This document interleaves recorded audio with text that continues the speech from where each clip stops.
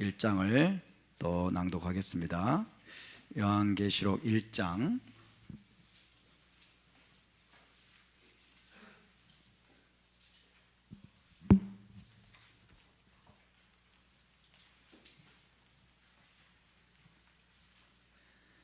계시록 1장 1절부터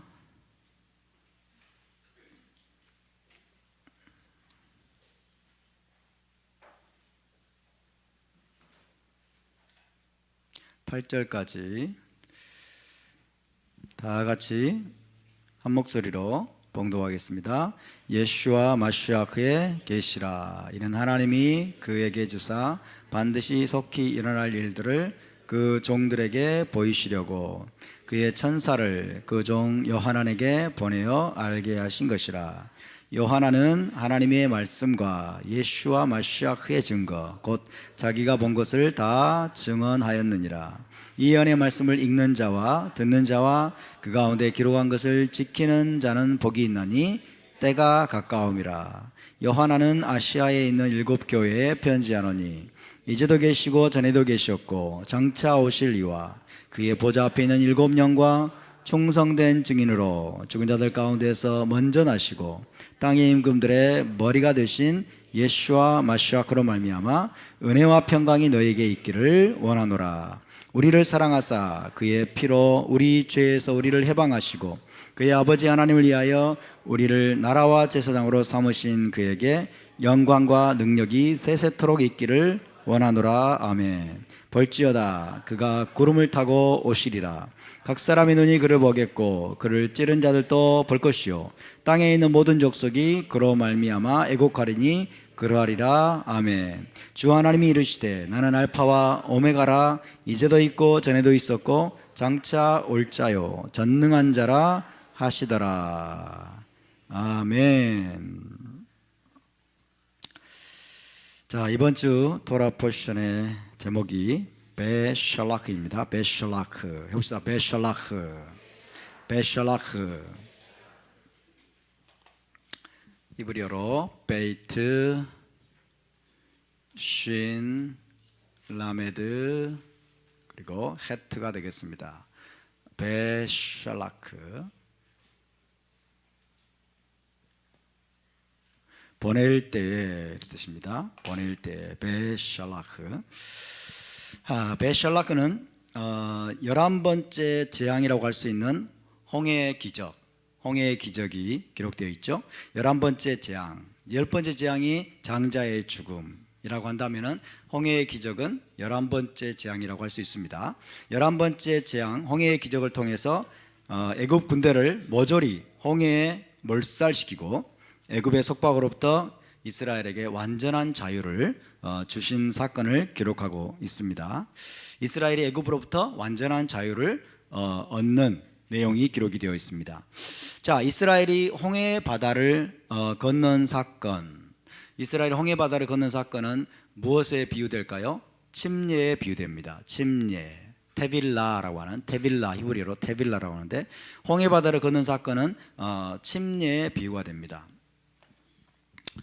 홍해도화 사건은 이스라엘의 홍해도화 사건은 미크바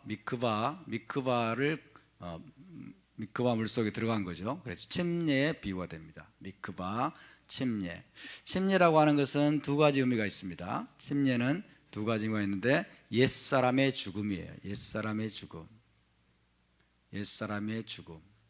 그 다음에 새 사람으로의 탄생이죠. 새로운 탄생. 완전히 새 사람으로 탄생하는 거죠. 거듭남입니다.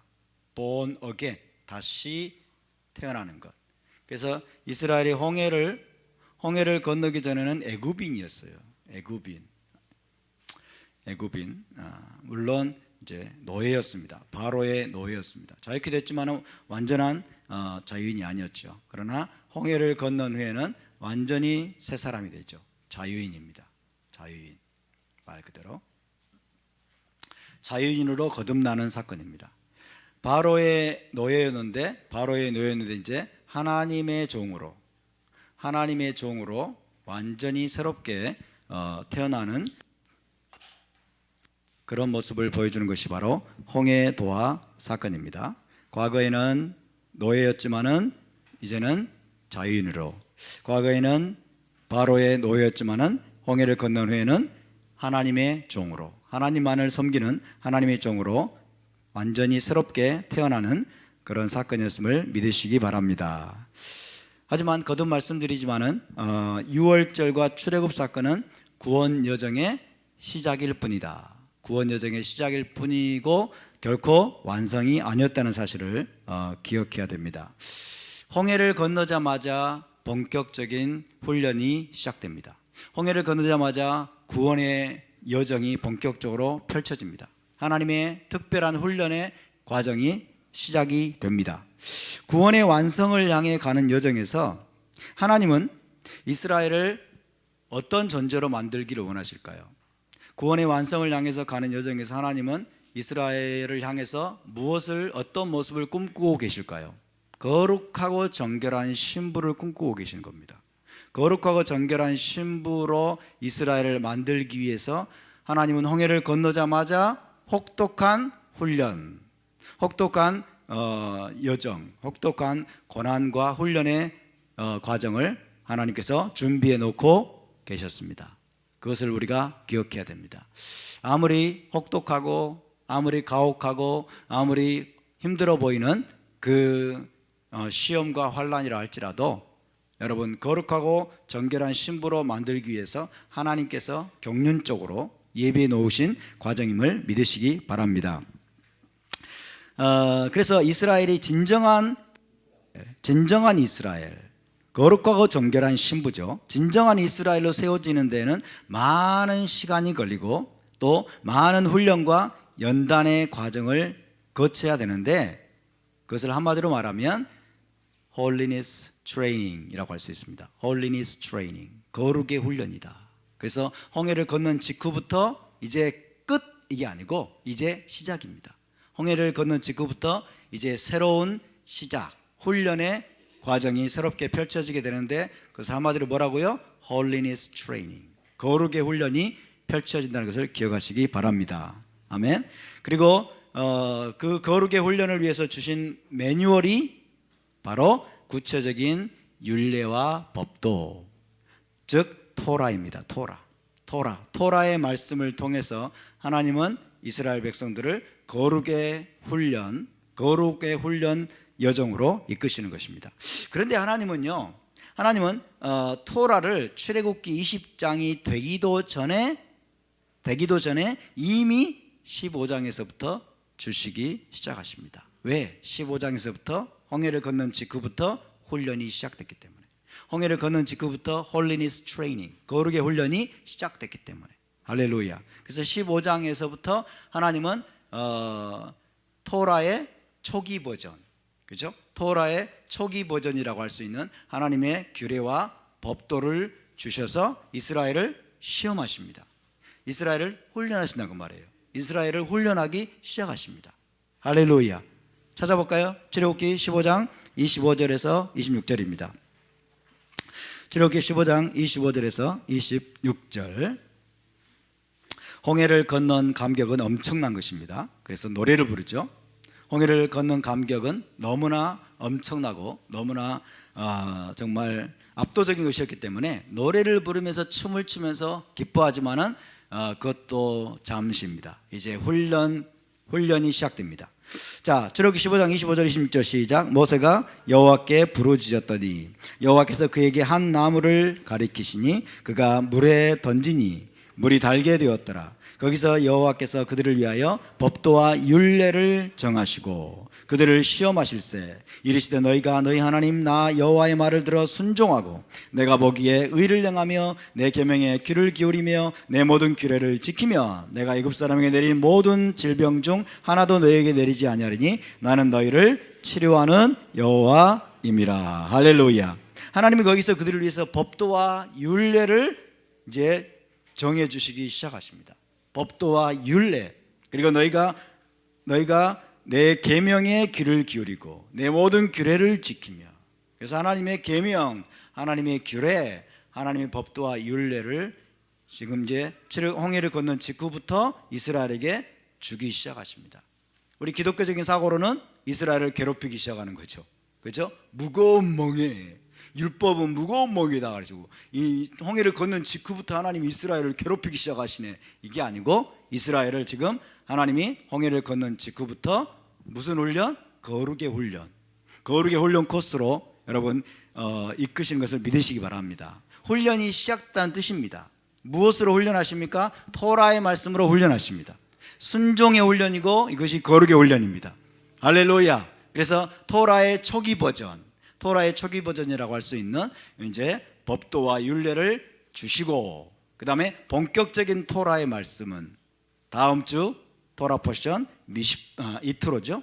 이트로에서 본격적인 토라, 결혼 계약서, 그죠? 케투바의 형태로 이제 이스라엘에게 주어지게 됩니다. 할렐루야. 그래서 토라의 말씀을 통해서 여러분 거룩의 훈련 코스로 우리를 이끄시는 하나님을 찬양합니다. 아멘. 자, 훈련이 시작된 것입니다. 이제 우리가 여러분 애굽에서 나오고 우리가 유월절을 경험하면 이제 끝이 아닙니다. 예수 믿고 구원받으면 끝이 아닙니다. 훈련이 시작된 것입니다. 할렐루야. 구원의 여정이 시작된 것입니다. 이 구원의 여정, 이 거룩의 훈련 코스를 저와 여러분이 마지막까지 신실하게 통과할 수 있게 되기를 주의 이름으로 축복합니다. 우리 옆에 분과 한번 인사해 보실까요? 거룩의 훈련 코스를 잘 마치시기 바랍니다. 잘 마치십시다. 할렐루야. 훈련이 끝나기 전에 이탈하지 않기를 바랍니다. 훈련이 끝나기도 전에 도망치지 마시기 바랍니다. 우리 옆에 분과 한번 악수 한번 하시면서 도망가지 마십시다. 도망치지 마십시다. 힘들다고, 피곤하다고, 괴롭다고 도망치지 말고. 훈련에 통과하지 못하는 조건이 있어요. 뭔지 아세요? 훈련에 통과하지 못하는 조건이 뭔지 아세요? 원망하는 겁니다. 그리고 불평하는 겁니다. 원망하고 불평하고 그 다음에 권위에 도전하는 거예요. 리더십에 도전하고 라쇼나라를 하고, 이것은 뭐예요? 훈련에 통과하지 못하는 거예요. 그런 자들은 광야에서 엎드러져 죽었습니다. 그래서 원망과 불평과 그리고 불신앙과 그 다음에 하나님의 신실하심을 의심하는 그런 것들과 그 다음에 리더십에 여러분 도전하는 이 모든 것들을 이 거룩한 이스라엘 공동체 안에서 완전히 몰아낼 수 있기를 바랍니다. 할렐루야. 다시 한번 거룩의 훈련 코스에서 낙오되지 말고 이탈하지 말고, 옆에 분하고 손잡고 다시 한번 옆에 분과 악수하시면서 거룩의 훈련 코스에서 이탈하지 말고 낙오되지 말고 엎드러지지 말고 끝까지 통과합시다. 할렐루야. 우리를 이런 과정으로 인도하신 하나님께 영광의 말씀 올려드리겠습니다. 할렐루야. 감사합니다. 감사합니다. 자, 지난주에 이어서 계시록의 말씀을 계속 살펴보도록 하겠습니다. 자, 계시록 1장 4절 5절이죠. 4절 5절을 다시 한번 우리가 읽어보겠습니다. 계시록 1장 4절 5절 시작. 요한은 아시아에 있는 7교회에 편지하노니 이제도 계시고 전에도 계셨고 장차 오실 이와 그의 보좌 앞에 있는 7영과 또 충성된 증인으로 죽은 자들 가운데서 먼저 나시고 땅의 임금들의 머리가 되신 예수와 마시아크로 말미암아 은혜와 평강이 너에게 있기를 원하노라. 우리를 사랑하사 그의 피로 우리 죄에서 우리를 해방하시고. 자, 4절 말씀 지난주에 설명하다가 멈췄는데요. 4절을 히브리어로 보시면 어떻게 된다고요? 요하난 레 쉐바 하케일롯 아셰르 베아시아 이랬습니다. 그래서 그 대목을 빼면 4절 말씀은 어떻게 시작되느냐? 헤세드 베샬롬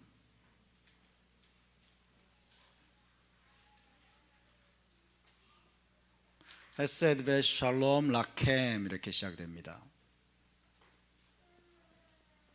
그래서 헤세드와 샬롬이 너에게 있기를 원하노라. 헤세드, 따라서 헤세드, 샬롬. 헤세드와 샬롬을 기원하는 사도 요한안의 문안 인사입니다. 헤세드는 무엇과 관계 있다고 그랬죠? 언약과 관계 있다고 그랬죠? 그렇죠?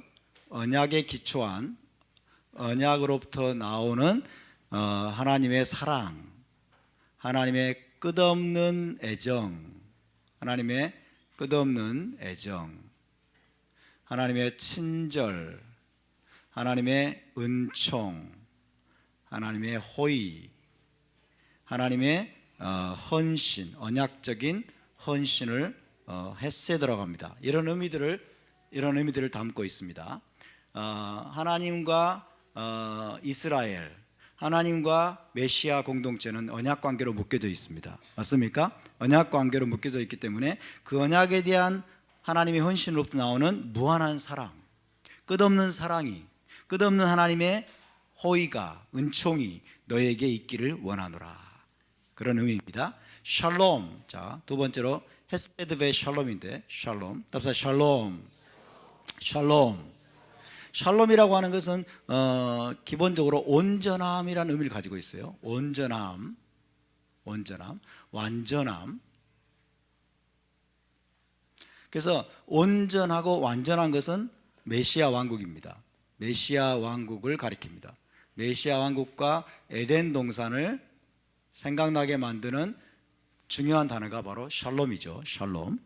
아무것도 빠진 것이 없는 상태예요. 하나님이 원하시는 하나님과의 관계 가운데서 아무것도 빠진 것이 없는 온전한 상태. 그런 상태에서 무엇이 올까요? 평강이 올 것입니다. 평강, 화평이 오는 거예요. 그래서 피스, 영어로는 피스로 번역이 많이 됩니다. 피스, 평안, 화평.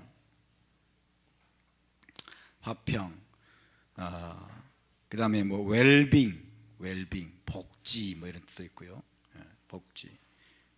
그 다음에 성공, 형통, 이런 의미들을 가지고 있어요.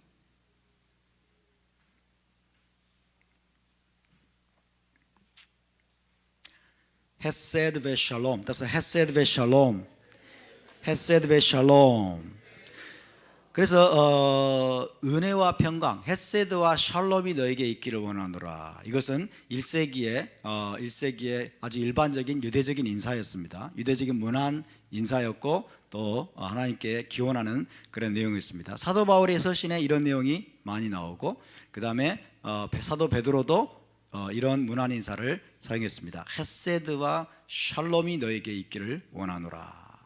그래서 주로 이제 여기에 마치 공식 문구처럼 사용되는 게 뭐예요? 하나님 우리 아버지와 주 예수와 마시아크로부터 너에게 평강이 있기를 원하노라.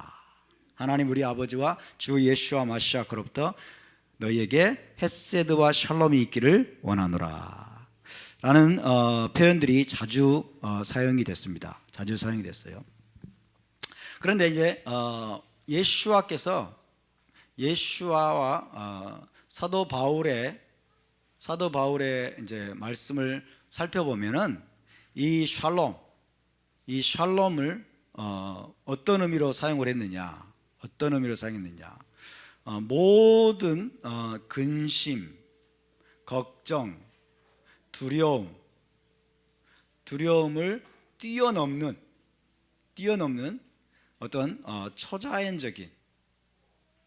초자연적인 내적 평온함, 혹은 고요함, 이런 의미로 사용을 했습니다. 자, 이런 모든 의미보다 의미가 있는데 그 중에서 특별히 예수와께서 제자들에게 사도 바울이 빌립보서에서 이 사용한 샬롬은 뭐냐면 모든 근심, 걱정, 두려움을 뛰어넘는 초자연적인 내적인 평온함. 도무지 이해할 수 없어요. 환경을 보면, 상황을 보면 두려워 떨어야 되는데, 걱정과 염려 가운데 침몰해야 되는데, 왠지 모르게 이해할 수 없는 평온함이 내 안에 있는 거예요. 이해할 수 있는 평온함이 하나님으로부터 너에게 주어지기를 원하노라. 할렐루야.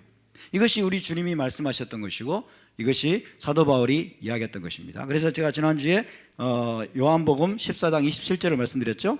요한복음 14장 27절, 평안을 너희에게 끼치노니 곧 나의 평안을 너희에게 주노라. 내가 너희에게 주는 것은 세상이 주는 것과 같지 아니하니라. 너희는 마음에 근심하지도 말고 두려워하지도 말아라. 할렐루야.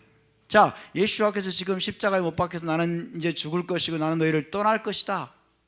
3년 반 동안 여러분 주님이 항상 그들과 함께 하셨기 때문에 이들은 두려워할 것도 없고 염려할 것도 없었습니다.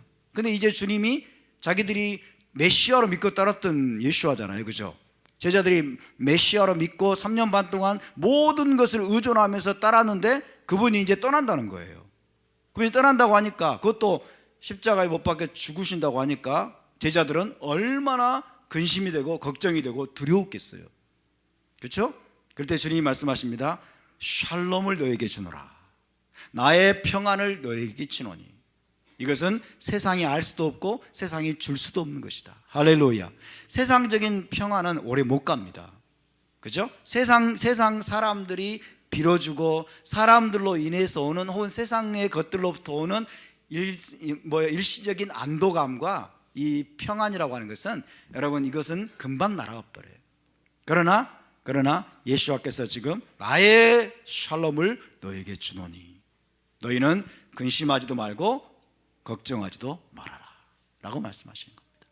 그 평강이, 그 샬롬이 여러분에게 항상 있게 되기를 축복합니다. 할렐루야. 초자연적인 평안입니다. 초자연적인 내적인 고요함입니다. 그죠? 여러분의 상황을 보면, 나의 상황을 보면 이렇게 내가 평안하면 안 되는데 이럴 때 있죠? 그렇죠? 돈도 떨어졌고 먹을 것도 없고 직장도 없고 막 삶은 지금 막 아비규환이에요. 내 삶은 엉망진창인데 마음이 너무 고요한 거예요. 흔들리지 않는 거예요, 마음속에. 이것이 여러분 하나님께로부터 오는 하나님의 샬롬임을 믿으시기 바랍니다. 사도 바울도 빌립보서 4장 6절에서 뭐라고 말씀했어요? 아무것도 염려하지 말고 다만 모든 일에 기도와 간구로 너희 구할 것을 감사함으로 하나님께 아뢰라. 그리하면 너희가 구한 것을 하나님이 다 채워주실 것이다. 그렇게 말씀하셨나요? 아니죠. 아무것도 염려하지 말고 오직 모든 일에 기도와 간구로 너희 구할 것을 무엇으로? 감사함으로 하나님께 아뢰라. 그러면 하나님이 다 채워줄 것이다. 이게 아니고 뭐라 그래요? 그리하면 모든 지각에 뛰어난이 뭘까요? 무슨 뜻일까요? 지각하지 말라는 거예요? 교회 예배 시간에 지각하지 말고, 모든 지각에 뛰어난 하나님의 샬롬 엘로힘이에요. 샬롬 엘로힘. 모든 지각에 뛰어난 하나님의 샬롬이 너희 마음과 생각을 지키시리라. 할렐루야. 마음과 생각을 지키시리라. 샬롬 엘로힘이, 이 샬롬 엘로힘은 모든 지각에 뛰어나다는 거예요. Beyond understanding 이렇게 돼 있어요. 도무지 이해할 수가 없다고 말해요.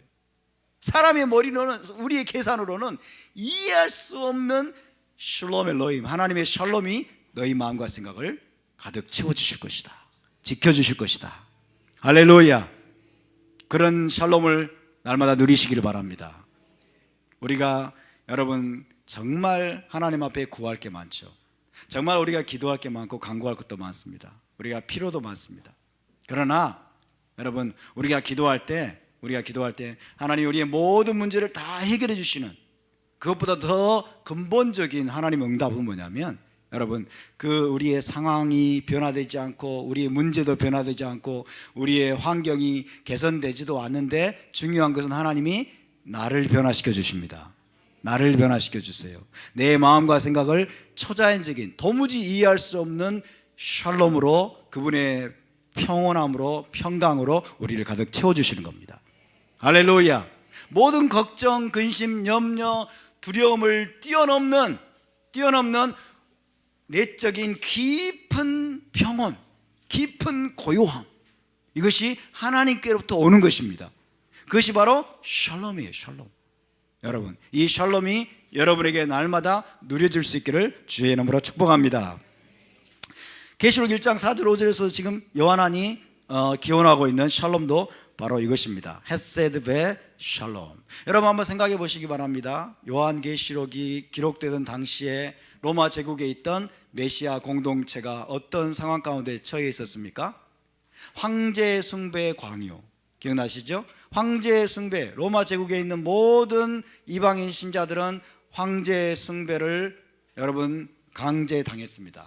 황제 숭배에 참여해야만 됐습니다. 황제 숭배하는 신전에 들어가서 제단에 제물을 바치고 거기에 엎드려 절을 해야 하도록 하는 여러분 그 무시무시한 압박을 받고 있었습니다.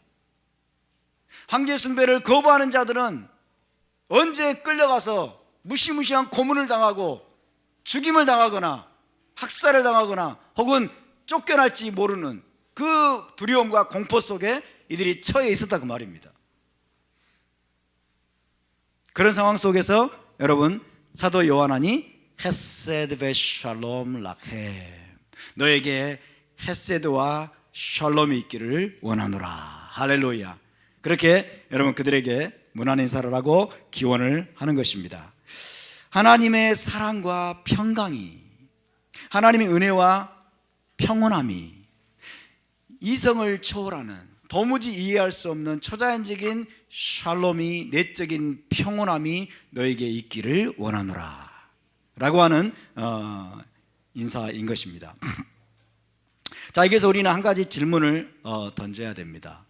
자, 이런 하나님의 헤세드, 하나님의 사랑, 하나님의 언약적인 사랑과 은총, 그리고 샬롬, 초자연적인 어떤 평강과 내적인 어떤 평온함이 여러분 그냥 자동적으로 부어지는 것일까요? 자동적으로 그냥 사도 요한이 기원만 하면, 사도 요한이 이것을 기원하기만 하면 그냥 자동적으로 교회, 일곱 교회에게 자동적으로 부어지는 그런 것일까요? 자동적인 것이 아니겠죠. 물론 아닐 겁니다. 자동적으로 부어진다면 다 누려야 돼. 똑같이, 그렇죠? 자동적으로, 기계적으로, 자동적으로 하나님의 헤세드와 샬롬이 누려지는 것이, 부어지는 것이 아니라는 거예요. 그럼 뭡니까? 사도 요한이 똑같이 기원을 하고 있어요.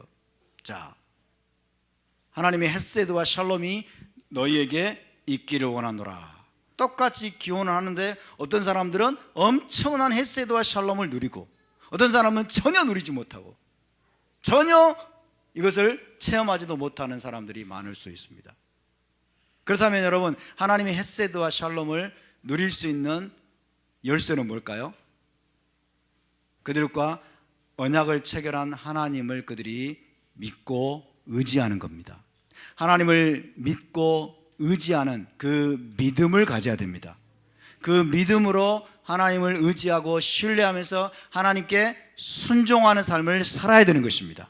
할렐루야. 하나님의 은혜는, 하나님의 헤세드는, 하나님의 사랑과 하나님의 샬롬은, 초자연적인 여러분 샬롬은 그냥 자동적으로 기계적으로 누려지는 것이 아니라 우리가 하나님을 믿고 하나님을 의지하고 신뢰하는 여러분 그런 마음으로 하나님께 순종할 때 하나님의 백성에게 부어지는 것을 믿으시기 바랍니다.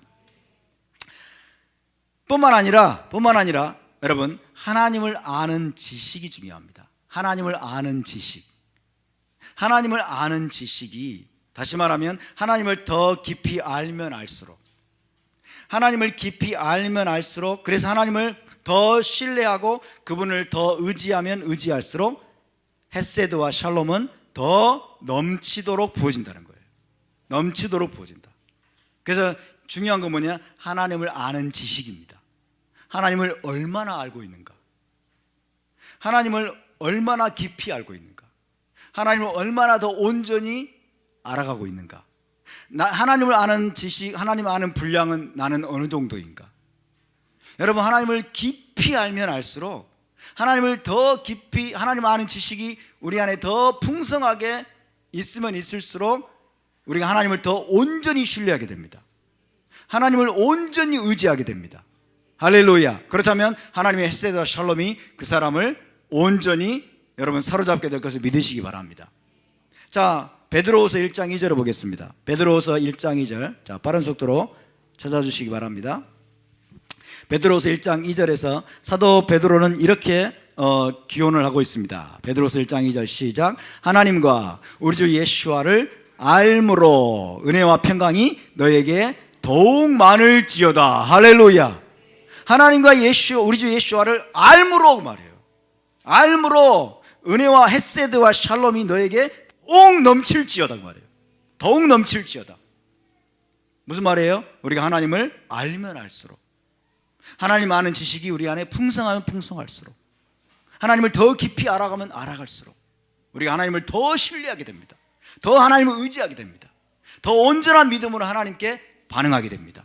그러면 하나님의 헤세드와 샬롬이 너에게 더욱 많을지어다. 더욱 넘칠지어다. 그래서 여러분, 저와 여러분은 어찌하든지 하나님을 알아가야 될 줄로 믿습니다. 하나님을 아는 지식이 우리 가운데 넘쳐야 될 줄로 믿습니다. 그래서 호세아서는 뭐라고 말씀합니까? 그러므로 우리가 여호와를 알자, 힘써 여호와를 알자라고 말씀했어요. 답사, 우리가 여호와를 알자, 힘써 여호와를 알자. 할렐루야. 힘써 여호와를 알자. 저와 여러분의 평생 동안 해야 될 일은 뭡니까? 하나님을 알아가는 것입니다. 토라와 타나크를 통해서 하나님이 신뢰할 만한 선지자, 신뢰할 만한 하나님의 사람들을 통해서 하나님이 직접 계시하신 그 하나님을 알아야 됩니다. 예수와께서 직접 오셔서 신뢰할 만한 사도들을 통해서 여러분 기록해 놓으시고 계시해 주신 바로 그 예수와를 알아야 됩니다. 내가 만들어낸 하나님이 아닙니다. 교회가 오늘날 오해하고 있는 그런 하나님이 아닙니다. 여러분, 히브리 관점으로 하나님이 신뢰할 만한, 여러분, 모세, 선지자 중에 선지자인 모세와 그 다음에 수많은 선지자들을 통해서 하나님이 직접 자기를 계시해 주신 그 토라와 타나크를 통해서 부지런히 우리가 하나님을 알아가야 될 줄로 믿습니다. 우리가 하나님을 바르게 알면요, 우리가 하나님을 바르게 알아가면 어떻게 되는지 아세요? 우리가 하나님을 바르게 알아가면 우리 안에 두려움이 사라집니다. 우리 안에 근심 걱정이 사라집니다. 우리 안에 혼돈이 사라져요. 혼란이 사라집니다. 세상은 요동치고 세상은 엉망진창으로 가고 세상이 온갖 혼란과 어둠 속으로 곤두박질 쳐도 우리가 하나님을 바로 알고 있기 때문에 우리는 여러분 요동하지 않게 되고 우리 안에는 정말 이해할 수 없는 내적인 샬롬이, 고요함이 우리의 온 존재를 가득 채우는 겁니다. 할렐루야. 여러분 그런 걸 느끼지 않으십니까? 우리가 히브리 관점으로 토라를 배우고 여러분 하나님의 토라의 말씀을 계속 공부하면서 하나님을 알아가면 알아갈수록 그동안 우리가 옛날에 신앙생활 하던 그 당시에 혼돈스러움, 혼란스러움, 혹은 왠지 모르는 불안감, 두려움, 염려, 이런 것들이 지금 여러분 썰물처럼 빠져나가고 있다는 것을 여러분 경험하고 있지 않으십니까? 저만 경험하고 있습니까? 할렐루야. 다시 한번 인사합시다. 그러므로 우리가 힘써 여호와를 알자. 힘써 여호와를 알자 이 꼴은 뭔지 아세요?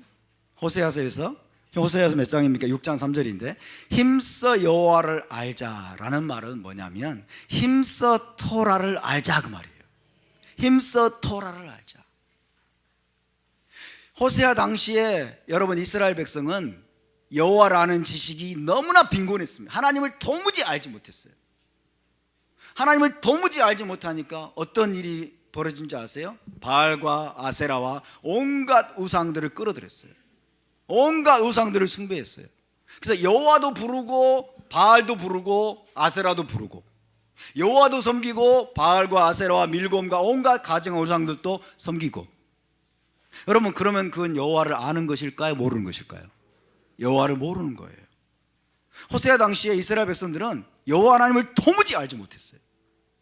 도무지 알지 못하니까 뭐예요? 혼합 종교가 되는 거예요. 혼합 종교가. 그러니까 불안하죠.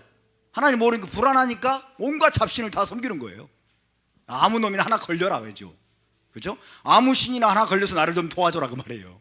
여러분 이게 혼합 종교입니다. 여호와를 왜 알지 못했느냐? 호세아 당시에 여호와를 왜 알지 못했느냐? 너희가 나의 율법을 버렸기 때문이라고 그러는 거예요. 토라를 버렸기 때문에. 토라를 버렸기 때문에 하나님을 그들이 알지 못했던 것입니다.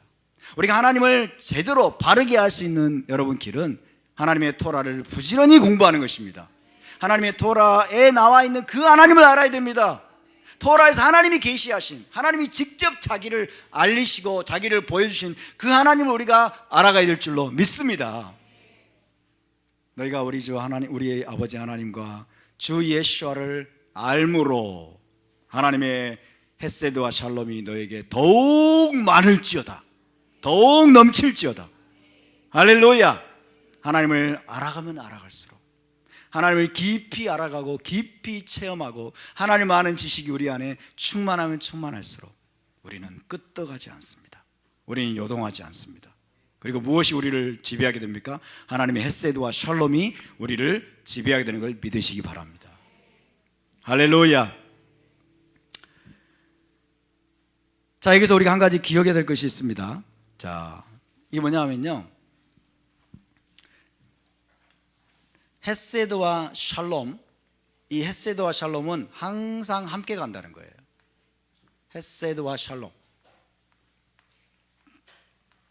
따라서 헤세드 베 샬롬, 헤세드 베 샬롬. 자, 헤세드 베 샬롬은 한 세트입니다. 한 세트. 그래서 항상 함께 갑니다. 항상 헤세드로부터 사실은 샬롬이 나오는 것입니다. 자, 하나님과 언약 관계에 우리가 충실하고 하나님을 깊이 아는 지식 가운데 하나님을 의지함으로 우리가 행할 때 하나님의 사랑이, 하나님의 무한한 그 은총이, 은혜가 부어지게 되고 그 결과로서 우리가 누릴 수 있는 게 샬롬이에요. 그 결과로서 하나님의 헤세드가 부어질 때 우리가 누릴 수 있는 게 바로 샬롬입니다. 초자연적인 평강, 초자연적인 평안을 우리가 누릴 수 있습니다. 그래서 헤세드와 샬롬은 뗄래야 뗄 수 없는 한 세트라는 것을 기억하시기 바랍니다. 그래서 성경은 계속 은혜와 평강, 은혜와 평강, 은혜와 평강 여기 나오죠. 그죠? 헤세드 베 샬롬, 헤세드 베 샬롬은 한 세트입니다. 함께 갑니다. 항상. 뿐만 아니라 여러분, 헤세드 베 에메트도 함께 갑니다. 늘 헤세드 베 에메트. 따라서 헤세드 베 에메트, 헤세드 베 에메트, 헤세드 베 에메트. 은혜와 진리죠. 은혜와 진리. 성경에서 헤세드 베 에메트도 항상 묶여서 나옵니다. 거의 항상 한 세트로 묶여서 언급이 됩니다. 우리 하나님은 헤세드 베 에메트의 하나님이심을 믿으시기 바랍니다. 우리 하나님은 헤세드 베 에메트, 은혜와 진리의 하나님이십니다. 할렐루야. 헤세드 베 에메트. 그래서 헤세드 베 에메트도 항상 함께 가는 것이다. 헤세드 베 샬롬이 함께 가는 것처럼 헤세드 베 에메트도 항상 함께 간다. 자, 우리가 예수와께서 이 땅에 여러분 사람의 몸을 입고 이 땅에 오셔서 요한복음에 보면 우리가 그 영광을 보니 은혜와 진리가 충만하더라. 그죠? 헤세드 베 에메트가 나오고 있습니다. 헤세드 베 에메트. 그래서 헤세드 베 에메트. 자, 이것이 언약적인 신실함이라고 할 수 있어요. 언약적인 헌신이고 신실함이라고 할 수 있어요. 이 에메트도요. 에메트도 충성입니다. 충성과 헌신이라고 할 수 있어요. 충성과 헌신. 그래서 헤세드 베 에메트는 하나님의 속성일 뿐만 아니라 또 하나님의 백성인 이스라엘이, 저와 여러분이 하나님께 보여주어야 될 속성입니다. 저와 여러분도 하나님께 헤세드 베 에메트로 우리가 반응해야 될 줄로 믿습니다. 언약적인 헌신과 충성으로, 진실함으로, 신실함으로 우리가 하나님께 반응해야 될 줄로 믿습니다. 아멘. 헤세드 베 에메트. 따라서 헤세드 베 에메트, 헤세드 베 샬롬, 헤세드 베 샬롬. 헤세드와 샬롬은 항상 함께 간다. 그리고 헤세드 베 에메트도 항상 함께 간다는 것을 기억하시기 바랍니다. 자, 그렇다면 이 헤세드와 샬롬은 누구에게서 나오는가? 누구에게서 나오는가? 헤세드와 샬롬의 근원을 봐야 되겠죠? 사도 바울은 뭐라고 그랬어요? 하나님 우리 아버지와 그 다음에 주 예수와 마시아크로부터 너에게 헤세드와 샬롬이 있기를 원하노라. 헤세드와 샬롬이 누구에게서 나오는가? 이것은 세상으로부터 오는 것이 아니고 사람들로부터 오는 것이 아닙니다. 그렇죠? 세상으로부터 오는 어떤 평안, 세상이 주는 어떤 사랑, 이런 것들은 너무나 불안정합니다. 사람들이 주는 어떤 사랑이나 평안이라고 하는 것은 변덕스럽고 불안정하고 그 다음에 쉽게 사라져버리는 것입니다. 그러나 지금 사도 바울과 베드로와 그리고 사도 요한이 여러분 메시아 공동체를 향해서 기원하고 있는 이 헤세드와 샬롬은 하늘로부터 오는 것입니다. 초자연적인 것입니다. 할렐루야. 사람이 이해할 수 없고 사람이 깨달을 수 없고 사람이 측량할 수 없는 헤세드와 샬롬이 하나님께로부터 나오는 것인데 구체적으로 말하면 자 보겠습니다. 이제 1장 5절을 다시 보시면 4절을 보시면 누구 그 헤세드와 샬롬의 근원 되신 하나님을 사도 요한이 어떻게 묘사하고 있는지 봅시다. 자, 헤세드와 샬롬의 근원 되신 하나님에 대해서 이렇게 되어 있습니다. 이제도 계시고 전에도 계셨고 장차 오실 이와 그의 보좌 앞에 있는 7 영과 또 충성된 증인으로 죽은 자들 가운데서 먼저 나시고 땅의 임금들의 머리가 되신 예수와 마시아. 자, 이런 삼중적인 삼위일체로 역사하시는 그 하나님이 모든 헤세드와 샬롬의 근원이 되신다는 것을 말씀하고 있습니다. 자, 로마 제국의 여러분 핍박은 너무나 실제적인 것이었어요. 황제 숭배를 강요하는 로마 제국의 이 핍박과 또 로마 제국의 그들이 가하는 압력 그리고 위협은 굉장히 실제적인 것이었습니다. 그런 것들을 뛰어넘어서 그런 것들을 이기게 하려면 이길 수 있게 만드는 그런 헤세드와 샬롬은 여러분 일반적인 차원의 것이면 안 됩니다. 그래서 로마 제국의 실제적인 위협과 실제적인 어떤 고난 그런 핍박을 완전히 뛰어넘는 그 존재로부터 헤세드와 샬롬이 부어져야 되는데 자 보세요. 이제도 계시고 전에도 계셨고 장차 오실 분 너희에게 헤세드와 샬롬을 주시는 분이 누군 줄 아느냐? 그분은 이제도 계시고 전에도 계셨고 장차 오실 분이시다. 너희와 언약을 체결하시고 너희를 지키시고 너희에게 헤세드와 샬롬을 변함없이 베푸시는 분이 누구신 줄 아느냐? 너희 아버지 하나님. 첫 번째로 그렇죠? 아버지 하나님. 너희 아버지 하나님은 지금도 살아계시고 전에도 계셨고 장차 이 땅에 오실 언제나 변함이 없는 분이시다. 이것을 다 한마디로 말하면 뭘까요? 영원 전부터 계셨고 영원 후까지 살아계시는 그 너희 아버지 하나님이 바로 너희를 지키시고 너희에게 헤세드와 샬롬을 부어주시기를 원하노라. 이것이 첫 번째입니다. 그죠? 아버지 하나님. 두 번째는 성령입니다. 너희 가운데 역사하시는 성령이 어떤 분인 줄 아느냐? 하나님의 보좌 앞에 있는 7명이다. 하나님의 보좌 앞에 있는 7명. 이건 좀 이따 설명하겠습니다. 7명. 그 다음에 너희가 믿고 따르는 예수와 마시아크가 누군 줄 아느냐? 지금 이야기하고 있는 거예요. 예수와 마시아크가 누군 줄 아느냐? 그분은 충성된 증인이시고 5절이죠. 충성된 증인이시고 죽은 자들 가운데서 먼저 부활하신 부활의 첫 열매이시고 땅에 있는 모든 왕들을 다스리시는 만왕의 왕이시다. 자, 이런 묘사가 여러분 로마 제국에 있는 메시아 공동체 교회에게 위로가 되겠습니까? 당연히 되겠죠. 그죠? 로마 제국의 로마 제국 황제들과 관리들과 그들을 핍박하는 이런 자들은 여러분 잠깐 있다가 사라져 버리는 존재들입니다. 그런데 너희 하나님 아버지는 어떤 분인 줄 아느냐? 지금도 계시고 전에도 계셨고 그리고 장차 오실 분이시다. 하나님의 성령은 일곱 영이시다. 하나님 보좌 앞에 있는 일곱 영으로 역사하시는 분이시다. 일곱 영으로 지금 온 세상에서 역사하시는 분이시고 너희 가운데서 역사하시는 분이시다. 너희 주 예수와 마시아 그는 어떤 분인 줄 아느냐? 그분은 죽은 자 가운데서 부활하셔서 부활의 채들매가 되시고 부활의 소망이 되시고 그리고 땅의 모든 임금들의 머리가 되신 만왕의 왕이신 분이시다. 로마 제국의 왕은 아무것도 아니다. 그들을 두려워하지 말아라. 그러면서 여러분 하나님 아버지와 그 다음에 성령과 그리고 아들 예수와 마시아 그분이 어떠함을 지금 사도 요한이 묘사하고 있는 겁니다. 아멘. 자, 그렇게 일곱 교회를 위로하고 격려하고 있는데 자, 이것을 좀 자세하게 살펴보겠습니다.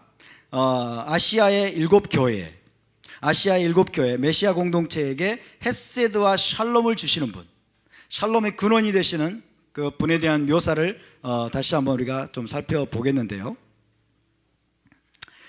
이것은 이제 다른 말로 아버지 하나님이 어떤 분이시고 그들이 믿는, 그리고 성령이 어떤 분이시고 아들 예수와 마시아 그가 어떤 분이신가를 묘사하고 있습니다.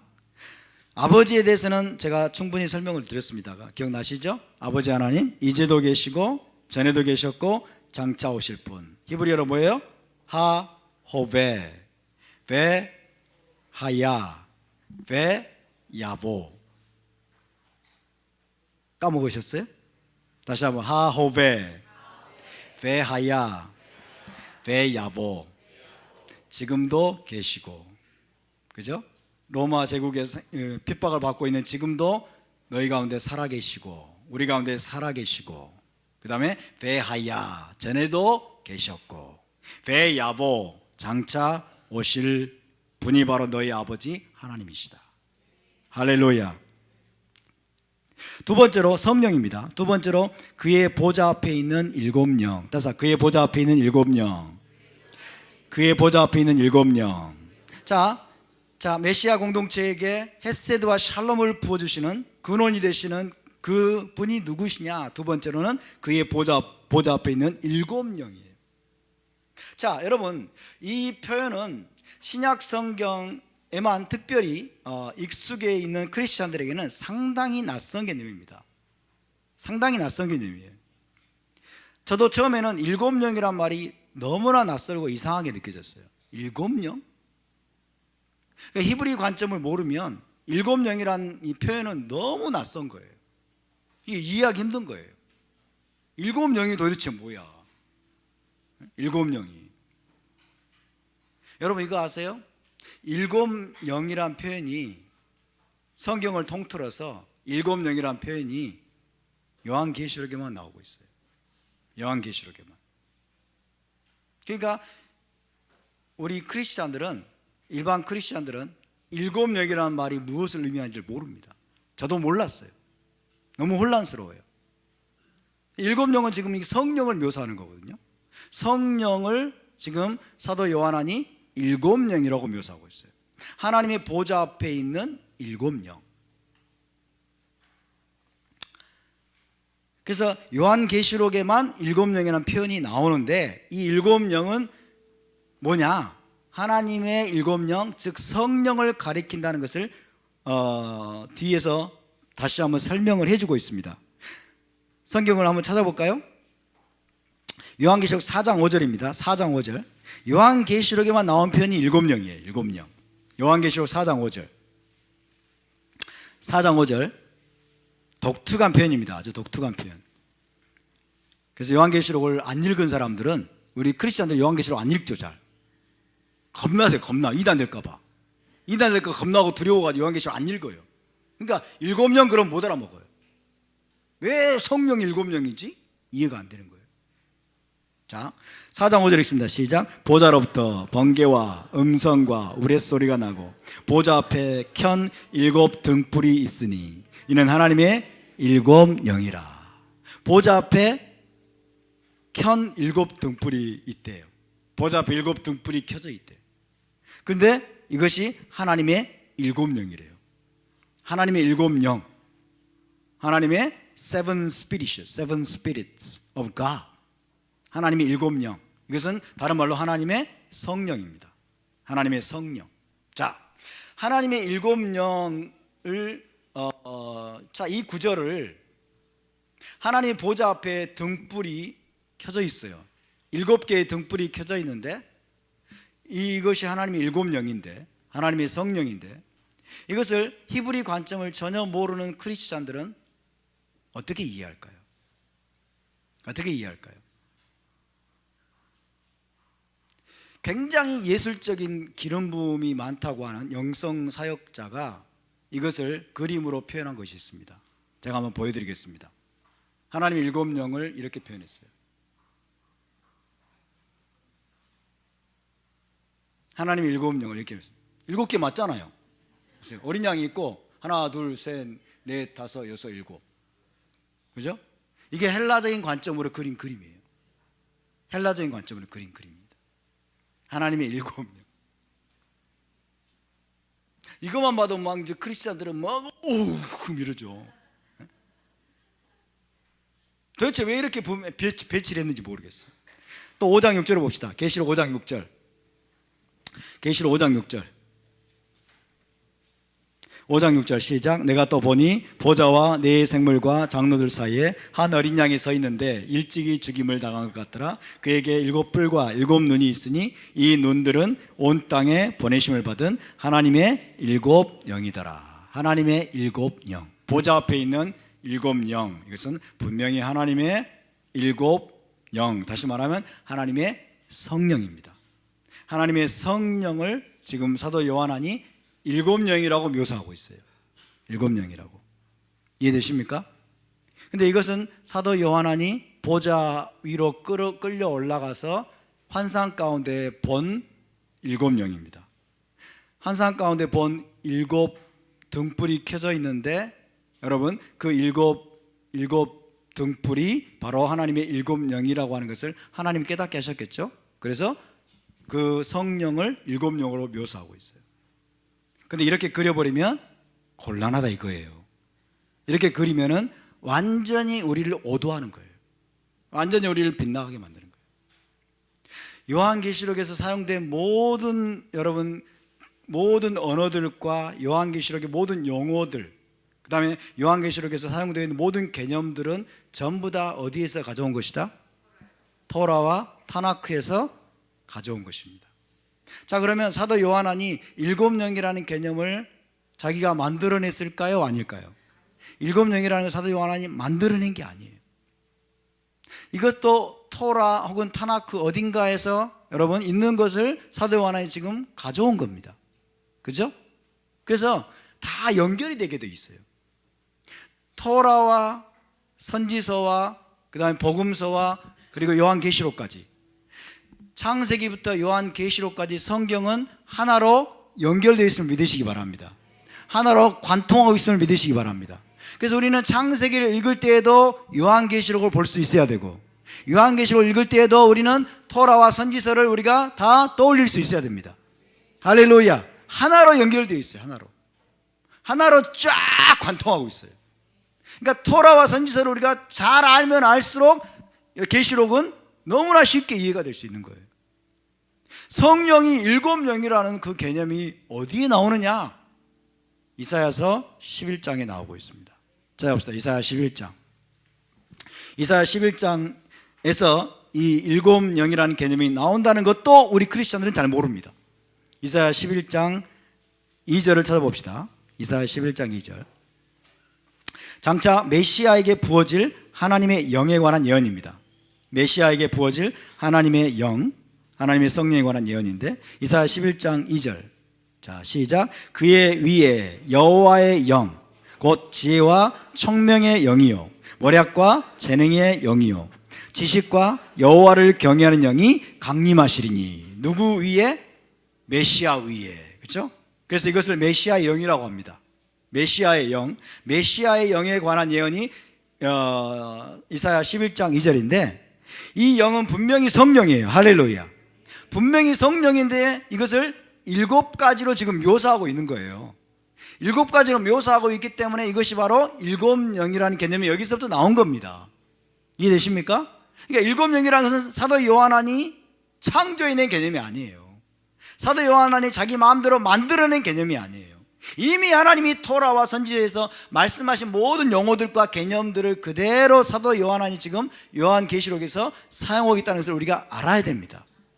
할렐루야. 그래서 요한으로 하여금 하나님의 성령을 일곱 영으로 묘사하게 만든 근원이 되는 말씀이 바로 이 이사야 11장 2절이 되겠습니다. 자, 하나님께서 이사야 11장 2절에서 여러분 성령을 이렇게 일곱 가지로 묘사하고 있는 의도, 그래서 사도 요한이 일곱 영이라고 지금 성령을 그렇게 묘사하고 있는 의도는 무엇이냐면 이 하나님의 성령의 역사를, 하나님의 성령의 역사를 메노라의 구조에 맞추기 위한 것입니다.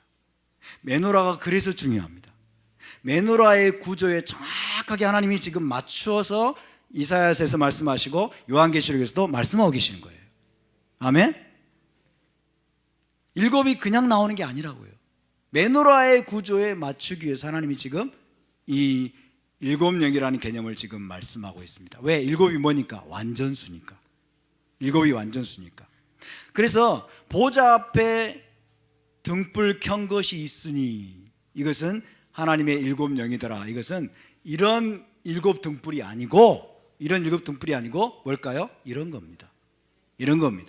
하나님의 보좌 앞에 메노라가 있고 메노라의 일곱 등잔에 일곱 등불이 켜져 있는 그림이에요.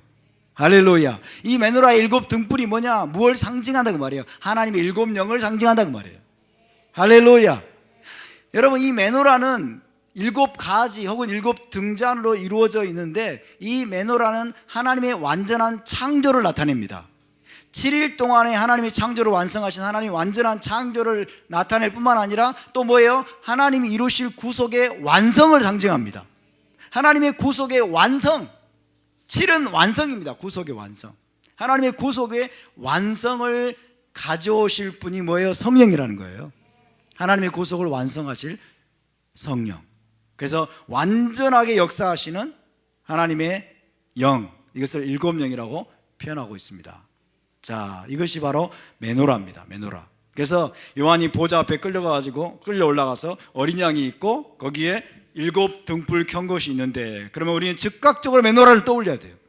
즉각적으로 메노라를 떠올려야지 조금 전에 보았던 자기들 마음대로 터져 있는 여러분 일곱 개의 횃불을, 등불을 생각하면 안 됩니다. 아시겠죠? 자, 이 일곱 영을 일곱 방면에서 역사하시는 하나님의 영이라고 했어요. 자, 가운데가 바로 이제 중심입니다. 가운데가 Spirit of the Lord예요. 여호와의 영입니다. 따라서 여호와의 영, 루아흐 아도나이입니다. 중심에 있는 가지입니다. 중심에 있는 가지가 좌우에 3개씩 해가지고 토탈 7개입니다. 그래서 이것이 하나님의 성령을 나타내는데 이것이 일곱 영을 보여주고 있는 말씀이다 하는 것입니다. 그래서 하나님의 성령이 루아흐 아도나이인데 첫 번째는 뭐예요? 지혜와 총명의 영이다 그랬어요. 지혜와 총명의 영. 성령은 지혜의 영이십니다. 할렐루야. 지혜, 루아흐 뭐예요? 루아흐 호크마. 따라서 루아흐 호크마. 지혜의 영입니다. 두 번째 루아흐 비나. 명철을 주시는 분이에요. 명철의 영 혹은 총명의 영, understanding 영입니다. 성령이 부어지면 뭔가를 이해하게 됩니다. 뭔가를 깨닫게 됩니다. 그래서 깨달음과 명철 혹은 총명을 주시는 영입니다. 할렐루야. 이게 루아크 비나예요. 비나. 그 다음에 카운셀, 모략과 재능의 영이라고 했어요. 모략과 재능의 영, 정확한 번역인지 모르겠어요. 루아흐 에짜, 따라서 에짜, 루아흐 에짜는 모략입니다. 모략, 말 그대로 조언, 모략, 전략 이런 거죠. 에짜, 루아흐 에짜이고요. 에짜, 그 다음에 루아흐 게브라, 따라서 게브라, 게브라. 게브라는 말 그대로 힘이에요. 힘, 능력입니다. 근데 우리말 성경은 재능이라고 번역했어요. 재능도 뭐 능력은 능력이네요. 그죠? 능. 그래, 모략과 재능의 영.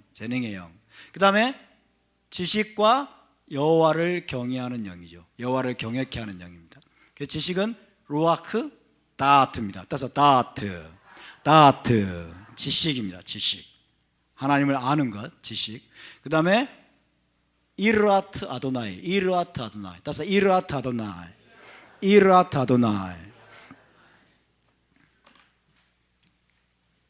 그래서 7방면으로 역사하시는 하나님의 성령입니다. 7방면으로. 7방면이라고 하는 것은 꼭 7가지가 아니라 완전하다고 말해요. 모든 영역에서 완전한 차원으로 역사하시는 하나님의 영, 그것을 묘사하고 있는 게 바로 이 하나님의 7영이다.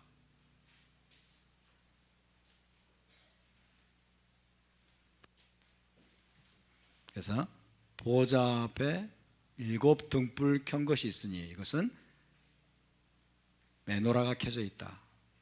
메노라가.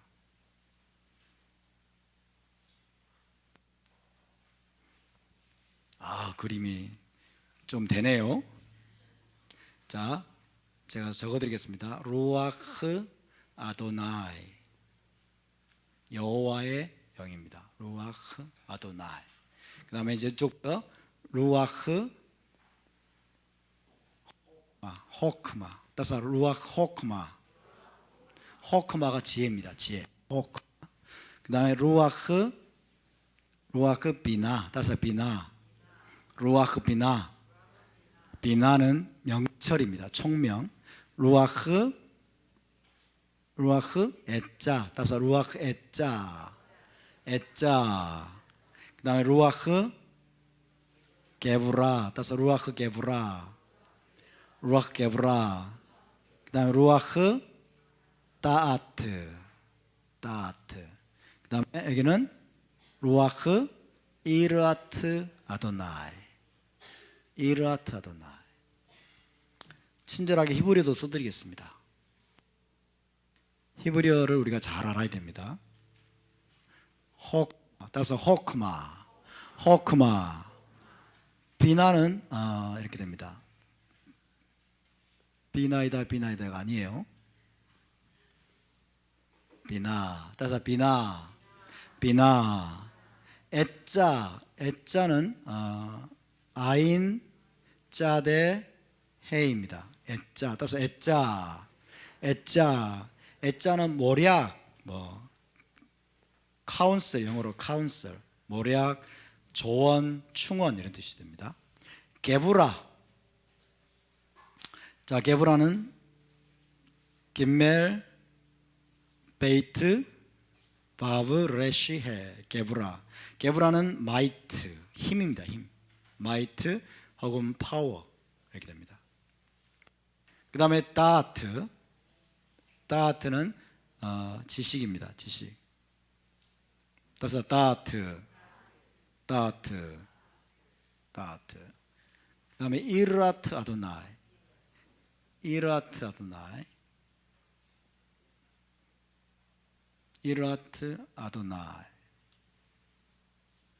이르아트는 경외예요.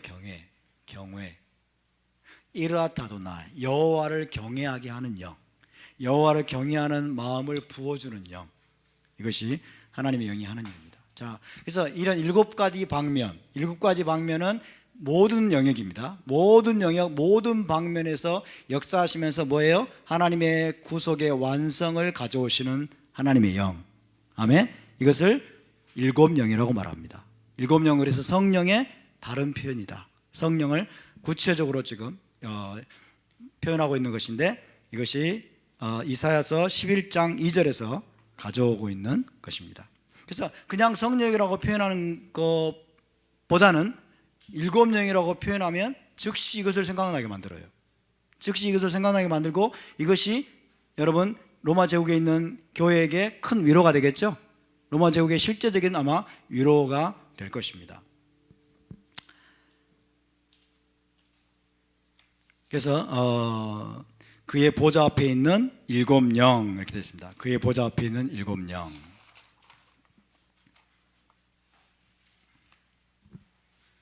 그분이 또한 헤세드와 샬롬을 주시는 근원이 되신다 하는 것을 지금 사도 요한이 말하고 있습니다.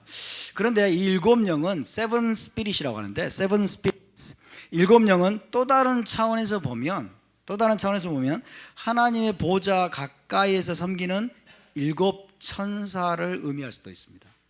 유대 전통에 따르면 하나님의 보좌 가까이에 일곱 천사가 여러분 하나님을 섬기고 있다고 이야기합니다. 일곱 천사가. 계시록 8장 2절을 볼까요? 계시록 8장 2절에도 보면 비슷한 말씀이 있습니다. 계시록 8장 2절.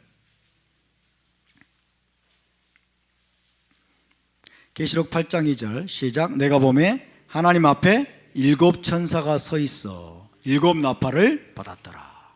하나님 앞에 일곱 천사가 서 있다고 표현하고 있는데 이것과 정확하게 연결되는 것은 아닐지라도 유대 전승에 따르면 하나님의 보좌 가까이에 일곱 천사장입니다. 일곱 천사장이 하나님을 보좌하고 섬기고 있다라고 가르치고 있습니다. 자, 그 이름을 제가 가르쳐 드리겠습니다. 자, 전통적으로 하나님의 보좌 가장 가까이에서 섬긴다고 하는 천사의 이름, 천사장입니다. 천사장. 일곱 천사장. 일곱 천사장은 첫 번째 미카엘, 따라서 미카엘. 두 번째 가브리엘, 따라서 가브리엘. 세 번째 라파엘, 따라서 라파엘. 네 번째 우리엘. 다섯 번째 수리엘. 여섯 번째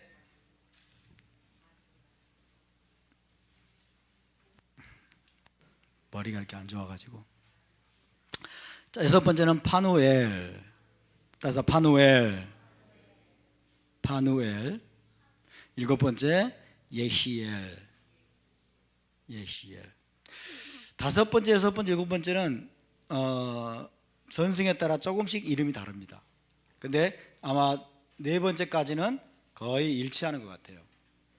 네, 유대 전승에 따르면 이렇게 일곱 명의 천사장이 하나님 보좌 가까이에서 섬기고 있다라고 이야기를 합니다. 그래서 일곱 영이 보좌 앞에 있는 일곱 영이 일곱 천사장일 가능성도 배제할 수는 없다. 왜? 천사에 대해서 뭐라고 그랬어요? 섬기는 영이라고 그랬죠. 섬기는 영. 천사는 누구냐? 구원 얻을 후사들을 섬기라고 보내신 영이 아니냐. 미니스터링 스피릿이라고 했어요. 미니스터링 스피릿. 섬기는 영. 천사들은 섬기는 영이기 때문에 일곱 영이 하나님 보좌 가까이 섬기는 일곱 천사장을 의미할 수도 있다. 그 일곱 천사장이 바로 이런 천사장이다 하는 것입니다. 그런데 여러분, 지금 1장 5절, 1장 4절의 본문의 문맥에 따르면 성령이 맞을까요? 천사장이 맞을까요? 성령이 맞겠죠? 왜? 지금 하나님의 삼위일체적인 역사를 이야기하고 있죠.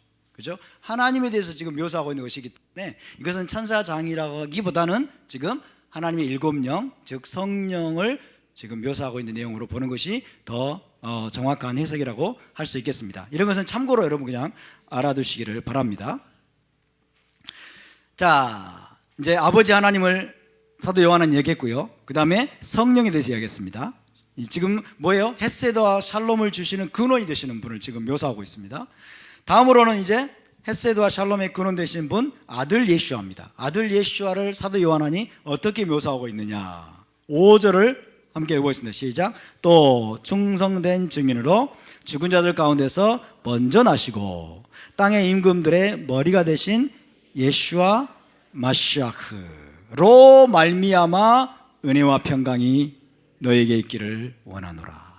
예슈아는 어떤 분을 묘사하거든요. 첫 번째, 충성된 증인. 따라서 충성된 증인. 두 번째, 죽은 자들 가운데서 먼저 나신 분. 해봅시다. 죽은 자들 가운데서 먼저 나신 분. 세 번째가 땅의 임금들의 머리가 되신 분. 이렇게 묘사하고 있습니다. 자, 세 가지입니다. 예수와에 대한 묘사예요. 자, 예수와 첫 번째 충성된 증인, 두 번째 죽은 자들 가운데서 먼저 나신 분, 세 번째 땅의 임금들의 머리가 되신 분. 이렇게 묘사하고 있습니다. 자, 그렇다면 이제 하나씩 또 살펴봅시다. 충성된 증인. 충성된 증인? 예수와가 충성된 증인이라는 표현이 도대체 어디에서 가져온 것일까? 이런 개념이 우리 크리스찬들에게 있을까요? 없을까요? 거의 없습니다. 그리고 이 말이 무엇을 의미하는지도 잘 모르죠. 충성된 증인. 그래서 이 충성된 증인이 무엇을 의미하는지를 먼저 살펴봐야 되겠습니다. 시간이 조금 남았네요. 꼭 이렇게 하다가 중단하니까 좀 거시기 하다니까요. 자, 충성된 증인. 자, 첫째로 예수와는 충성된 증인이십니다. 따라서 예수와는 충성된 증인이십니다.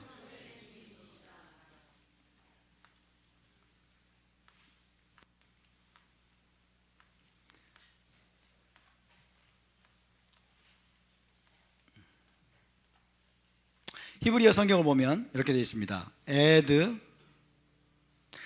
하네만 이렇게 되어 있어요.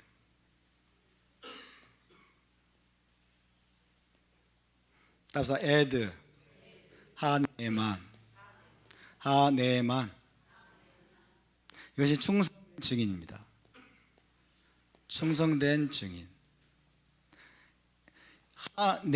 네만이라는 게 하가 있어도 되고 없어도 되는데 네만이라는 게 뭐냐면요, faithful이에요. faithful. 신실한 충성된 그 말이에요. 신실한 충성된. 그래서 에드 하네만 그러면 충성된 증인, 혹은 에드 네만 해도 상관없어요. 에드 네만 그러면 충성된 증인, 신실한 증인. 신실한 증인. 이것은 다른 표현으로 이렇게도 표현합니다. 에드 하 에메트라고 표현합니다. 에드 하 에메트. 에드 에메트. 따라서 에드 에메트. 에드 하 에메트. 자, 에메트는 뭐냐면 진실함이에요. 진실한. 진리란 뜻입니다. 그래서 에드하 에메트는 진실한 증인이에요. 진실한 증인. 이 두 가지 표현을 알아두시기 바랍니다. 첫 번째 에드하 네만 혹은 에드 네만, 충성된 증인, faithful witness 혹은 에드 에메트, 에드하 에메트. 그러면 진실한 증인. reliable이에요. reliable witness입니다. 믿을 만한 진실한 증인. 여러분, 증인이란 표현, 에드란 표현, 증인이란 말이 어디에 나올까요? 또 역시 토라에 나옵니다. 그렇죠?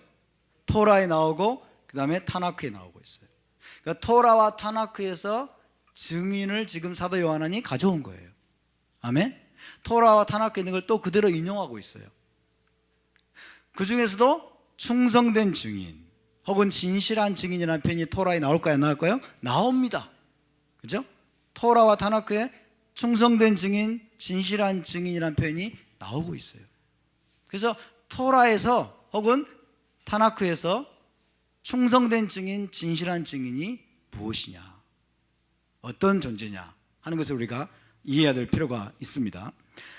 자, 증인이 어떤 존재입니까? 증인, 에드. 증인이라고 하는 것은 어떤 존재나 사실 혹은 문제에 대해서 있는 그대로 증언하는 사람이에요. 그렇죠? 어떤 존재나 사실이나 어떤 문제에 대해서 있는 그대로 증언하는 사람. 있는 그대로 증언하는 사람이 증인이죠. 증인. 그래서 증인의 역할은 아주 중요합니다. 여러분이 아시겠지만 토라에서 증인의 역할은 굉장히 중요한 거예요. 이 증인의 증언에 따라서 여러분 생사가 결정될 수 있어요. 그죠? 두 증인의 증언에 따라서 여러분 돌로 쳐 죽일 수도 있고 아니면 무죄 방면할 수도 있어요. 그러니까 증인의 역할은 결정적으로 중요합니다. 증인의 역할은 토라의 관점에 따르면 어떤 사건, 어떤 문제가 있을 때 이것이 무죄냐 혹은 유죄냐를 결정짓는 결정적인 요소가 증인이에요. 결정적인 요소가. 아멘? 그래서 이 증인의 증언이 있기 전에는 증인의 증언이 있기 전에는 어떤 문제나 혹은 어떤 존재가 정말인지 사실인지 아닌지 도무지 알 수 없고 불확실한 상태인데 그런 상태를 뒤집어서 모든 것을 분명하게 해주는 존재, 모든 것을 명확하게 해주는 존재예요. 그죠? 모든 사실을 확정시켜주는 그런 존재가 바로 증인이라고 할 수 있습니다. 자, 그래서 신명기 19장 15절을 찾아보겠습니다. 신명기 19장 15절. 어떤 사건이 벌어졌을 때, 어떤 문제가 터졌을 때 어떻게 하라고 말씀하고 있느냐? 신명기 19장 15절. 신명기 19장 15절. 자, 함께 있습니다. 시작. 사람의 모든 악에 관하여 또한 모든 죄에 관하여는 한 증인으로만 정할 것이 아니요 두 증인의 입으로나 또는 세 증인의 입으로 그 사건을 확정할 것이며. 할렐루야.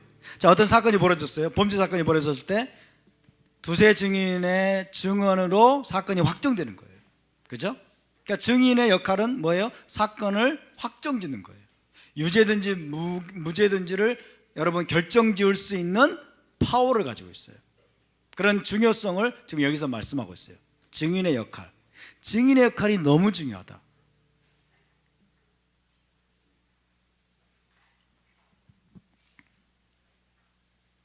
그런데 증인은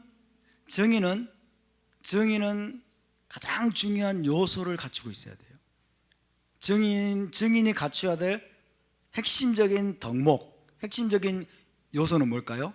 진실해야 돼요. 진실해야 됩니다. 거짓 증언을 하면 안 돼요.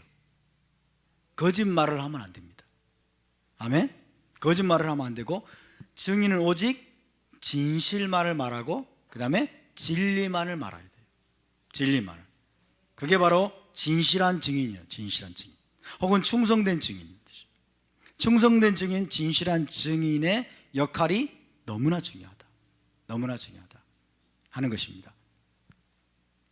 진실한 증인의 중요성. 따라서 잠언의 말씀을 보면 충성된 증인 혹은 진실한 증인의 역할을 대단히 강조하고 있습니다. 잠언 말씀 찾아봅시다. 잠언 14장 5절 보겠습니다. 잠언 14장 5절.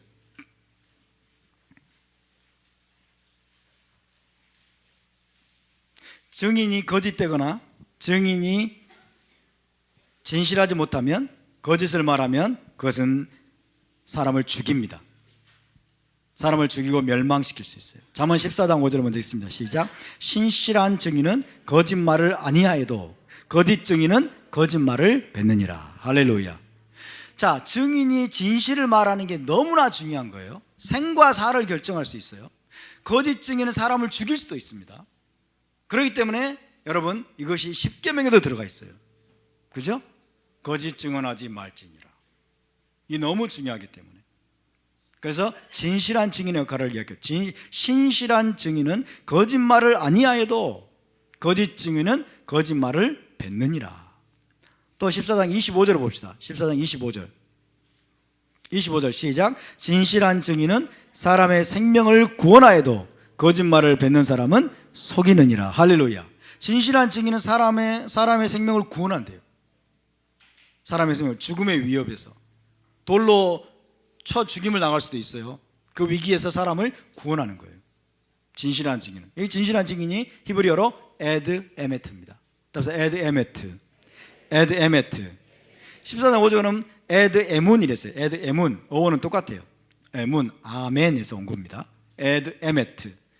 진실한 증인은 사람의 생명을 구원하여도 거짓말을 뱉는 사람은 속이느니라. 그래서 여러분, 충성된 증인, 신실한 증인, 혹은 뭐예요? 진실한 증인은 한마디로 말하면 어떤 사람일까요? 오직 진리만을 말하는 사람이에요. 오직 진리만을 여러분 증언하고 진리만을 말하는 사람입니다.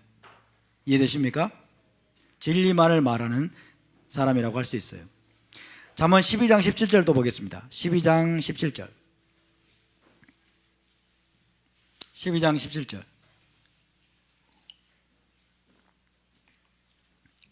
자, 12장 17절 시작.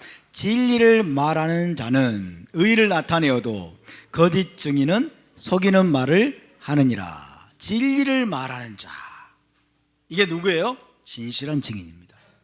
진실한 증인, 신실한 증인은 진리를 말하는 자. 야피야흐 에무나 이랬어요.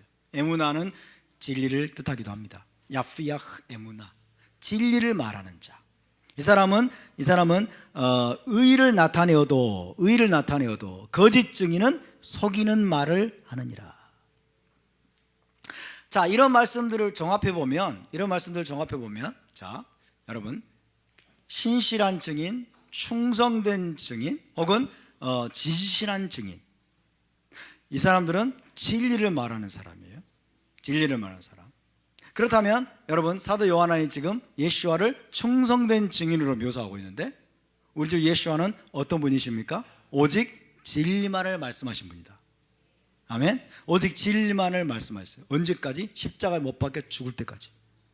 십자가에서 못 박혀 죽는 순간까지도 예수와는 거짓이 조금도 없으신 분이십니다. 그 입에 조금도 거짓이 없으셨고, 그분은 오직 진리만을 말씀하신 분임을 믿으시기 바랍니다. 그래서 예수와는요, 자기 자신이 진리를 증언하러 오셨다라고 이야기하고 있어요. 진리에 대해서 증언하기 오셨다. 진리에 대해서. 요한복음 찾아볼까요? 요한복음 18장 37절.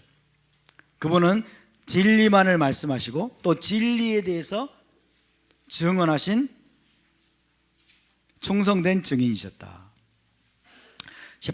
요한복음 18장 37절입니다.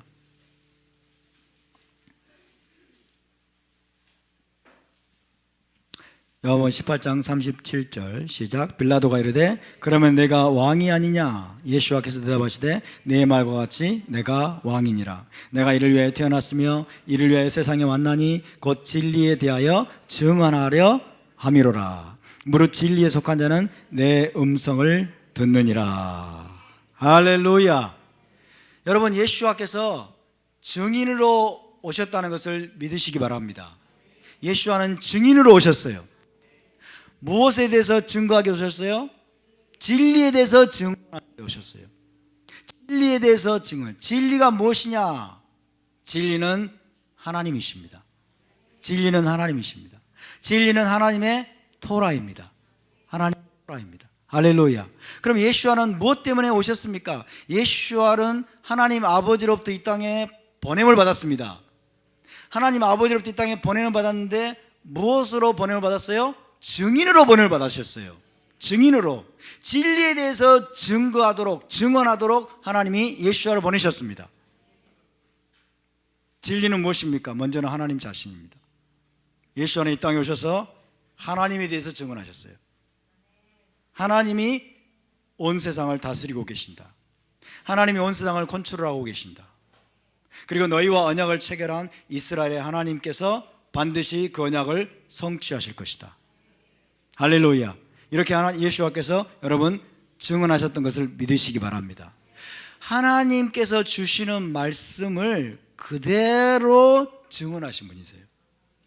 하나님께서 주시는 말씀을 그대로 여러분 증언하시고 전달하신 증인으로 오신 분이 예수와십니다. 근데 그분은 충성된 분이셨어요. 끝까지 변함이 없으셨어요. 끝까지 흔들리지 않으셨어요.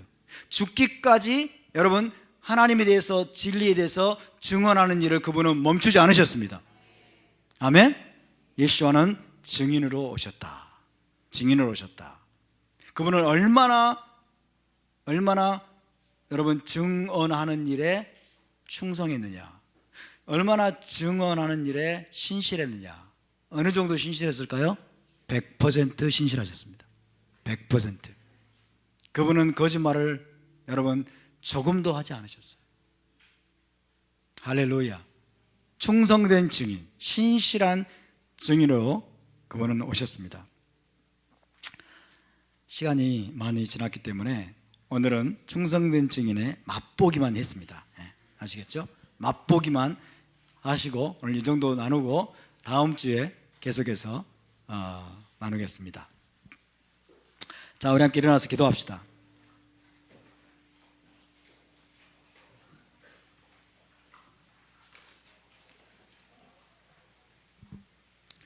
시간이 왜 이렇게 빨리 가는지 모르겠어요. 시간을 딱 붙들어 매두면은 쭉쭉쭉 할 수 있을 텐데.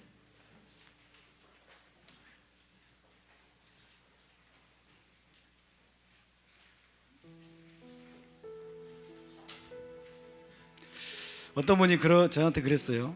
목사님, 진도 좀 빨리 나가주세요. 저도 빨리 나가고 싶어요.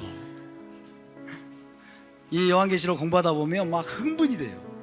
너무 기쁘고 너무 이 깨닫는 것들이 많아가지고 막 빨리빨리 나가고 싶어요. 저도 빨리빨리 막 나눠드리고 싶어.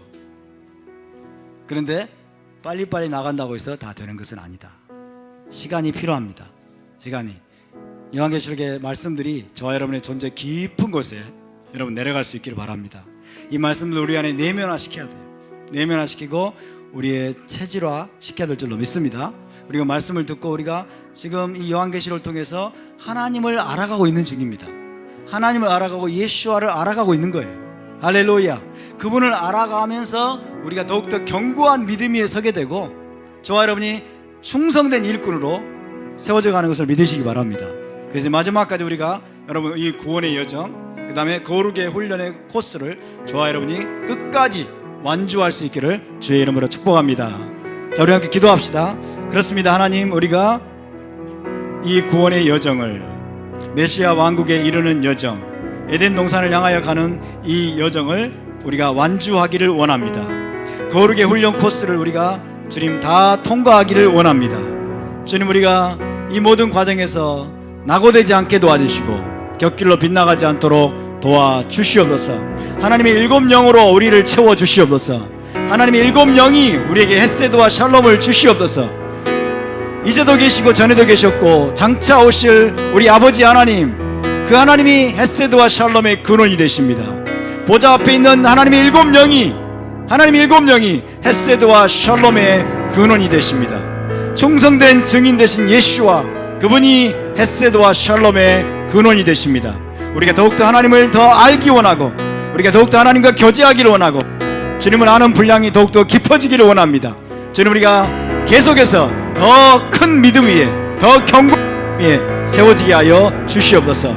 우리 함께 다같이 통성으로 기도하겠습니다. 하나님 아버지, 감사드립니다. 주님을 찬양합니다. 하나님, 우리가 당신의 말씀을 알수록, 당신의 토라를 우리가 알아가면 알아갈수록 하나님이 어떤 분인지, 우리 아버지 하나님과 우리 주 예수와 마시아크가, 그리고 하나님의 성령이 어떤 분인지를 우리가 알아가면 알아갈수록 우리가 하나님과 더 가까워지게 하시고 하나님과 더 하나가 되게 도와주시고 더욱더 견고한 믿음의 토대 위에 우리가 굳건히 서게 하여 주시옵소서. 오 주님, 그렇습니다.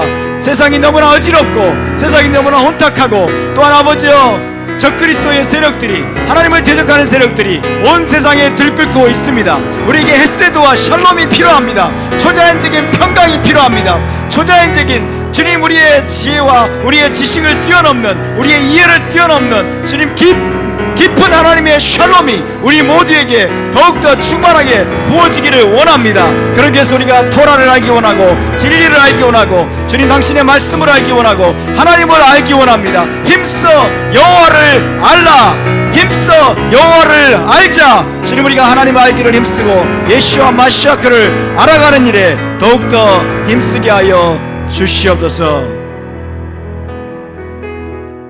거룩하신 이스라엘의 하나님을 찬양하며 높여드립니다. 주님, 우리가 날마다 그 하나님을 더 알아가게 하여 주시옵소서. 하나님을 아는 분량이 더 넓어지게 하시고 깊어지게 하시고 높아지게 하시고 주님 확장되게 하여 주시옵소서. 우리를 확장시켜 주시옵소서. 우리의 좁은 틀에 갇히지 않게 도와주시고 우리의 좁은 사고에 막히지 않게 도와주시고 무한하신 하나님을 알아가게 하소서. 영원하신 하나님을 알아가게 도와주소서.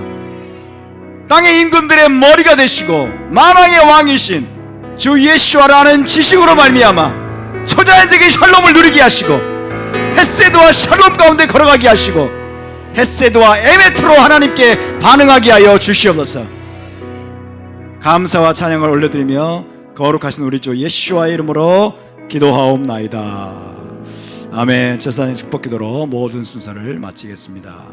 예바레케크 아도나이 베이시메레카 야엘 아도나이 파나벨레카 비훈레카 이사 아도나이 파나벨레카 베야셈레카 샬롬.